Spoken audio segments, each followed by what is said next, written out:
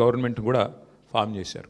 అట్లాగే మధ్యలో జిహెచ్ఎంసీ ఎన్నికలు వస్తే కూడా గ్రేటర్ హైదరాబాద్ కార్పొరేషన్ ఎన్నికల్లో కూడా మరి ప్రతిపక్షంలో ఉన్న కాంగ్రెస్ పార్టీకి ఆనాడు కేవలం 1-2 కార్పొరేటర్ సీట్లు వచ్చిన విషయం కూడా ఒక్కసారి గమనంలోకి తీసుకోవాలని చెప్పి కూడా నేను కోరుతా ఉన్నా. అట్లాగే ఈ ఎన్నికల్లో ముఖ్యంగా ప్రజల తరపున వాదన బలంగా వినిపించగలిగాం. ఎన్నికల ఎజెండాను ఖచ్చితంగా నిర్దిష్టంగా బలంగా ప్రతిపక్షంగా మేమే సెట్ చేయగలిగాం. ప్రజా సమస్యలను ప్రధానంగా 6 గ్యారంటీల అమలులో ప్రభుత్వ వైఫల్యాన్ని బలంగా ప్రజల్లోకి తీసుకొని పోయాం. 6 గ్యారంటీల విషయంలో ప్రభుత్వం చేసిన మోసాన్ని తీసుకొని పోయాం. హామీల ఎగవేతను బాకీ కార్డుల రూపంలో ప్రధాన చర్చగా చేయగలిగాము. ఇది బీఆర్ఎస్ సాధించిన విజయంగా మేము భావిస్తూ ఉన్నాం. అట్లాగే మేము అనవసరపు అంశాల జోలికి పోలేదు. కులము మతము వీటి పేరు మీద డైవర్షన్ రాజకీయాలు చేయలేదు. బూతులు అసలు మాట్లాడలేదు. ఆఖరికి ప్రభుత్వంలో ఉన్నవాళ్ళు ఫ్రస్ట్రేట్ అయిపోయి బూతులు మాట్లాడినా మేము మాత్రం బూతులు మాట్లాడలేదు. కేవలం ప్రజా సమస్యల గురించే మాట్లాడాం. చాలా హుందాగా ఈ ఎన్నికల్లో కొట్లాడినామని చెప్పి నేను అనుకుంటా ఉన్నాను. అట్లాగే జనాలకు అవసరమైన పాయింట్లు ప్రజలకు అవసరమైన పాయింట్లను మాత్రమే చర్చకు పెట్టాం. కాంగ్రెస్ బీజేపీ ఎన్ని రకాలుగా మమ్మల్ని కవ్వించే ప్రయత్నం చేసినా సంయమనం కూడా పాటించాం.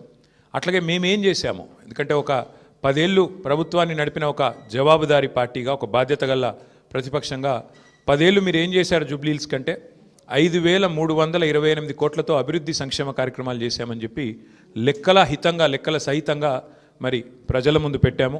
చాలా పారదర్శకంగా పనిచేశామని చెప్పి ఎన్నికలు కూడా పోయినాం. అట్లాగే కాంగ్రెస్ ఎగ్గొట్టిన వాటిని కూడా లెక్కలతో సహా ఇంటింటికి తీసుకొని పోయాం బాకీ కార్డుల ద్వారా. అట్లాగే ప్రజా సమస్యలు బస్సు ఛార్జీల పెంపు మీద నిరసన చెప్పాము. బస్తీ దవాఖానాలు విజిట్ చేసి ప్రభుత్వ యంత్రాంగంలో చలనం తీసుకొచ్చాము. హైడ్రా విధ్వంసం మీద ప్రభుత్వంలో ఉన్న పెద్దల ద్వంద్వ ప్రమాణాల మీద డబుల్ స్టాండర్డ్స్ మీద కూడా ప్రభుత్వాన్ని ఎండగట్టగలిగాం. ఆటో అన్నల సమస్యలను కూడా ప్రభుత్వం దృష్టికి తీసుకురాగలిగినాం. వాళ్ళ తరపున కూడా గట్టిగా మాట్లాడినాం. హైదరాబాద్లో రోడ్ల దుస్థితి విషయంలో కూడా ప్రభుత్వాన్ని కదిలింపజేయగలిగినాం. శాంతి భద్రతల విషయంలో కూడా మా నిరసన గట్టిగా చెప్పాం.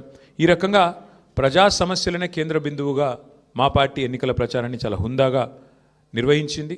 తద్వారా ప్రభుత్వం కూడా మాట్లాడక తప్పని అనివార్యత కల్పించాం. చివరికి 2 ఏళ్లలో ఒక్కసారి కూడా మరి సమీక్ష చేయని ముఖ్యమంత్రి గారు ఆఖరి ఎలక్షన్ ముందు రోజు 6 గ్యారంటీల మీద సమీక్ష చేయక తప్పని పరిస్థితి కూడా వచ్చింది అంటే ముమ్మాటికి అది బీఆర్ఎస్ విజయమే. అట్లాగే 2 ఏళ్లుగా మైనారిటీకి మంత్రివర్గంలో స్థానం లేదు. బీఆర్ఎస్ ఏదైతే మరి మంత్రివర్గంలో ఇట్లా మైనారిటీలకు స్థానం లేదు, ఒక ఎంపీ లేరు, ఎమ్మెల్యే లేరు, ఎమ్మెల్సీ లేరు అని గట్టిగా మాట్లాడితే చివరికి అనివార్యంగా అజారుద్దీన్ గారికి మంత్రి పదవి ఇయ్యక తప్పని అనివార్యత కల్పించింది కూడా ఖచ్చితంగా మా యొక్క ఎన్నికల ప్రచార సరళి. తప్పకుండా ప్రధాన ప్రతిపక్షంగా మరి మా బాధ్యత మేము నిర్వర్తించినాం. సరే, సహజంగానే ఒకటి మాత్రం ఉంది, గెలుపు ఓటములు పెద్దలు కేసీఆర్ గారు ఎప్పుడు చెప్తుంటారు, గెలవాల్సింది పార్టీలు కాదు గెలవాల్సింది ప్రజలు అని. మేము కూడా మనస్ఫూర్తి కోరుకునేది ప్రజాస్వామ్యంలో చర్చ జరగాల్సిందే, మీడియాలో జరగాల్సిందే, బయట జరగాల్సిందే, తప్పకుండా ప్రజల్లో కూడా జరగాల్సిందే. ఈ ఎన్నిక ఎట్లా జరిగింది అనే విషయంలో కూడా చర్చ జరగాలి. ఎందుకంటే ఈరోజు కాదు, మేము 4 రోజుల ముందే చెప్పాం ఎన్ని రకాల అక్రమాలకు కాంగ్రెస్ తెరలేపిందో చెప్పాం. అభ్యర్థి యొక్క సొంత తమ్ముడికి 3 ఓట్లు ఉన్న విషయాన్ని మీ ముందు పెట్టాం. ఆధారాలతో సహా మేము స్పష్టంగా మీ ముందు బయట పెట్టాం. ఎన్నికల కమిషన్ అడిగాం, కోర్టుకు పోయాం. ఎన్ని ప్రయత్నాలు చేయాలో అన్ని ప్రయత్నాలు పారదర్శకంగా ఫ్రీ అండ్ ఫెయిర్ ఎలక్షన్ కోసం జరగాలని ప్రయత్నం చేసినాం.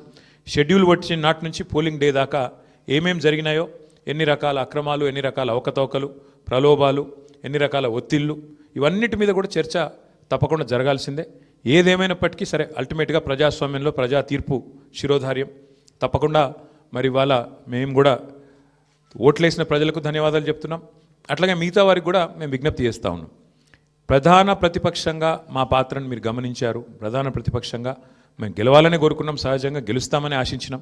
బట్ ఎలాంటి నిరాశ లేదు, మా పని మేము చేసుకుంటూ పోతూనే ఉంటాం. ఎందుకంటే 2 ఏళ్లుగా లగచర్ల కావచ్చు, హైడ్రా బాధితులు కావచ్చు, మూసీ బాధితులు కావచ్చు, 6 గ్యారంటీల విషయంలో బాకీ కార్డుల రూపంలో కావచ్చు, ప్రజల తరపున గొంతు ఎత్తడంలో, అట్లాగే మా మీద జరిగే దుష్ప్రచారాన్ని తిప్పికొట్టడంలో శాసనసభ వేదిక కానీ బయట కానీ బ్రహ్మాండమైన పాత్ర పోషించాం. రేపటి రోజున కూడా అట్లాగే ముందుకు పోతాం. మరి మా కార్యకర్తలకు కూడా నేను చేసే విజ్ఞప్తి, సన్నద్ధం అవుదాం.